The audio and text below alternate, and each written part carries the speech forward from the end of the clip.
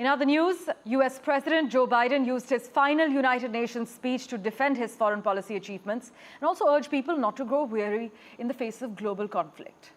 He stressed the world was at an inflection point in our history, with the Gaza war expanding across the Middle East, a humanitarian disaster unfolding in Sudan, and Ukraine still embroiled in what he called Putin's war, and no end in sight for any of these crises.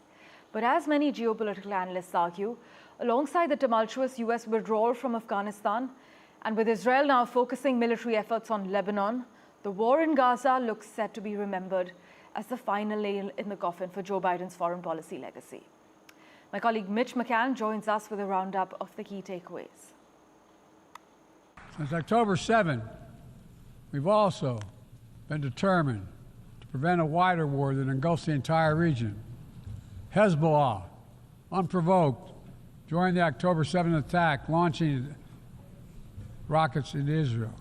Almost a year later, too many on each side of the Israeli-Lebanon border remain displaced. A full-scale war is not in anyone's interest.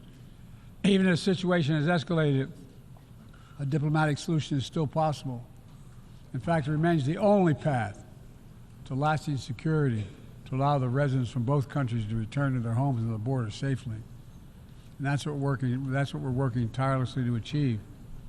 Joe Biden used his final opportunity to speak to the General Assembly to reflect on his administration's foreign policy successes, which he said included rebuilding Western alliances to support Ukraine.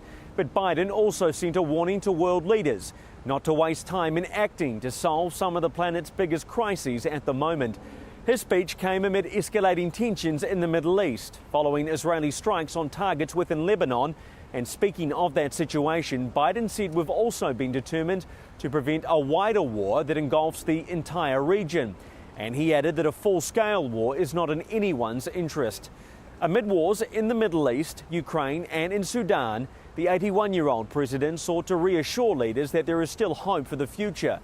Biden recounted arriving at the US Senate in 1972, at a time when he said the country was both angry and divided over the war in Vietnam. The president pointed out that the US and Vietnam are now partners and friends, to show, in his words, that things can get better. Mitch McCann, NDTV, at the United Nations in New York.